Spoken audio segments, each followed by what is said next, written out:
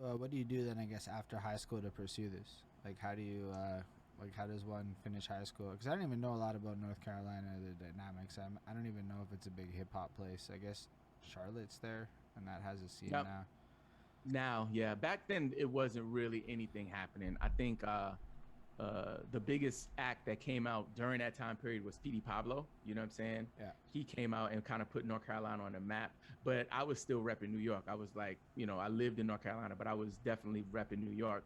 And what most people do in any kind of sport or game or passion, they want to get with the team that's doing well. And at the time, the warriors of hip hop, that was the Wu Tang Clan. You know what I'm saying? So in my high school days, like Wu Tang was like number one. Like it wasn't even arguable. Like it was just the fact like Wu Tang was the best out at the time.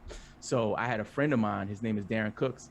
His brother actually lived in Staten Island with he grew up with the Wu Tang, you know what I'm saying? And he was roommates with Cappadonna. So when I finished high school, I went to go to community college for a short period of time. And at the end of community college, at the end of the semester, they give you a refund on your grant money. So I had like $800. I thought I was rich. I was like, yo, they gave me $800. Yo, I was like, let's go to Staten Island. Like, let's go to Staten Island. Let's go. I'm gonna go join the Wu Tang. And I told my father at 17 years old, I was like, Dad, I got this dream. I want to do this thing. I'm gonna have to leave. And my dad argued with me and fought and was like, no, you're gonna ruin your life. You can't do this. You're gonna get in trouble. You're gonna die. Like all of these things. And I was like, trust me. Like this is my mission. This is what I'm supposed to do. So I packed up at 17 years old, left home with $800 in my pocket, and moved to Staten Island to join the Wu Tang. That is incredible. And what happened when you got to Staten Island? That might be a whole nother podcast, but I would say that I was taken in by Darren's brother, whose name is Blue, and Cappadonna. I was living in the same house with Cappadonna, Blue, and my Say friend what? Darren. You got to live Yeah, with Cappadonna. I sat at the table and wrote rhymes with him. I was trying to get him to mentor me. You know what I'm saying? And I think I wasn't really, I guess advanced enough to understand what was happening with them because this is at the time where I believe Donna had just came out of jail not too long, before that, and Winter Wars dropped. So his stock was as high as it could be. So Winter Wars dropped, and that was really the introduction to him, and people got that taste of him. Like, and that summer, it was like Winter Wars was on the radio every single day, all day, every day, Hot 97. The other song that was rocking was Killing Them Softly by the Fugees. You know what I'm saying? So this is that summer. And I was in the crib with them, like, not, and I won't go into details, but I was up to no good. I should have been a little more, intelligent about the decisions that I was making. And in the end, being in that environment, I saw a lot of death. I saw a lot of, unsavory activities. But I think more than anything, as an MC, that helped me to kind of create based on environment and tell and create narratives in my bars because I had so much to write about. You know what I'm saying? It wasn't about like, like technically like that line there, you need to tighten that up. Like no one did that for me there. And it was another guy, his name is Sense. He's not as famous, but he was definitely like he grew up with those guys. I spent a lot of time with Killer K, who is Raekwon's little brother and his manager now. Like I was in that age group of people who hung out in that time. And for me, I think the biggest takeaway from the experience was being able to like look at your environment and then put it down into paper. And that's the biggest takeaway from there. Yeah, everyone. You've had at least two people comment on how young you look, and given what you're saying, you probably aren't anywhere near as young as you look. No, I'm in my 40s. I'm in my 40s. Damn. Yeah, yeah. That's big And respect. I think the biggest thing for me, and this is new because if you would have interviewed me a year ago, I would look different, because most recently, my wife had COVID, came down with COVID, and it changed a lot for us. She was hospitalized, and it scared the hell out of us. She was away for like a week and change, and we didn't know what was going to happen.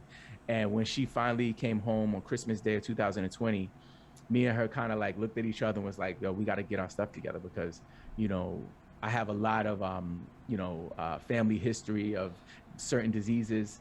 And like, I want to make sure that I do put my best foot forward to at least take care of myself. So for the last, I want to say the last, since March of 2021, me and her have been on a health journey, you know what I'm saying? Health and fitness journey. And we've been like working out, we're eating good. Like we are participating in a program. We hold each other accountable. We're in a collective and a cohort of people who hold each other accountable. And like, I think that's a part of why I show up the way I show up, is because I'm trying my best to take care of myself so I could be there for my kids when they graduate. Yeah, it's amazing stills, man.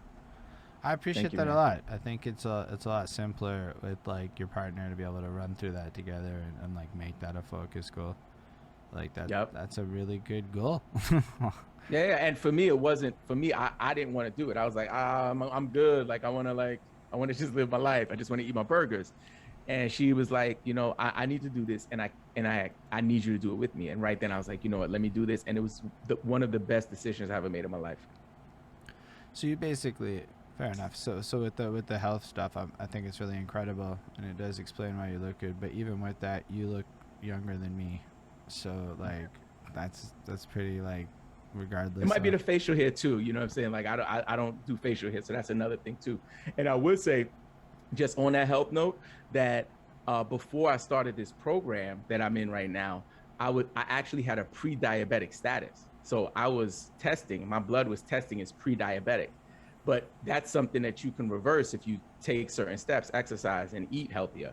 After about 6 months of doing that program, my blood work came back and I'm no longer pre-diabetic. So like, we're dead serious about health around here. Yeah, it's an important thing. Yeah, as I get older and my life gets more interesting, I feel like health becomes a more important priority to me.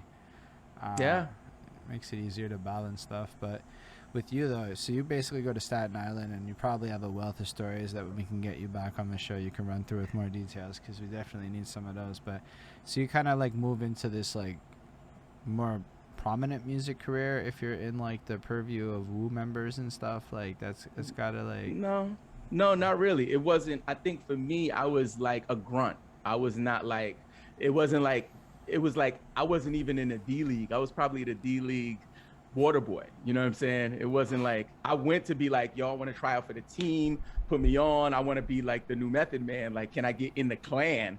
And I couldn't even like get into, you know, to the D League.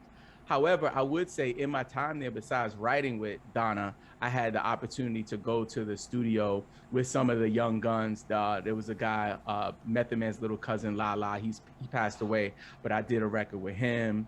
And, you know, again, the experience was rich, but it wasn't like rapper glorious at all. You know what I'm saying? I think after that, because I had sharpened my sword so much sitting at the table working with Cappadonna and being in that environment, that then the next stage of my journey was where I worked on the technical aspect of rapping and like really getting good at bars. And that was me leaving New York, leaving Staten Island pretty much with my tail between my legs, because I had gotten in some trouble and I needed to like reset and restart. And I moved back to North Carolina, back home, after being away for a year and a half. And then I got a job and I bumped into this guy named Smarty Fresh. He's one of my guys to this day. But we were working at a plant, like making faucets, you know what I'm saying?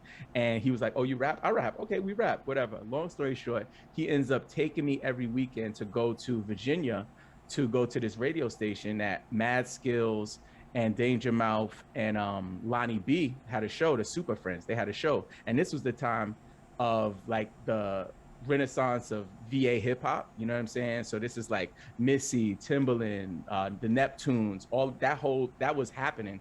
And, you know, the Super Friends were kind of in the mix with that. So when I would go there, like it was that kind of a vibe. The only difference was, unlike in Staten Island, the vibe was rap. It was only rap. It was no street stuff. It was only rap. So every weekend I would go and just sharpen my sword and get better and better. And that's when I really started feeling like, you know what, I could really do something with this talent. That's the first time anyone has actually said something like there's no street stuff, it's only rap. Like that's all they care about any environment. That's wild, David. I never even realized that was like a factor that played into stuff like that so deeply, as in like, I mean, you know it, but like you don't really think about it till somebody says it out loud, kind of things. But Yeah, I don't know a lot about Virginia. I just know it exists. I just I was like, it's a place. You said VA, and I'm like, I had to think about what is it? I had to think for a second. But then you listed all the people, and I'm like, oh, say word. I know what he's talking about. That did hit Montreal pretty heavy. But we just looked at it like American, like we do with most things like that are not from New York or LA. So you're basically back there and you're freestyling on the radio. Are you participating in the scene? It was a little bit of both. It was like, I would say like a pack of lions in a pit, and then the mic was like a steak, and that's how people were like for the mic, like, oh, I want to get next, because you want to also impress. You know, you want to be like, you don't want to walk away from the session like, oh, like he was all right. You want to walk away like, yo, that one kid with the blue shirt, like he was killing it. So that was that environment. It was super competitive. It wasn't a battle, you know, show or anything. It was just like an open mic cypher type of radio show, live on the airwaves on, I believe it was Richmond University's radio station.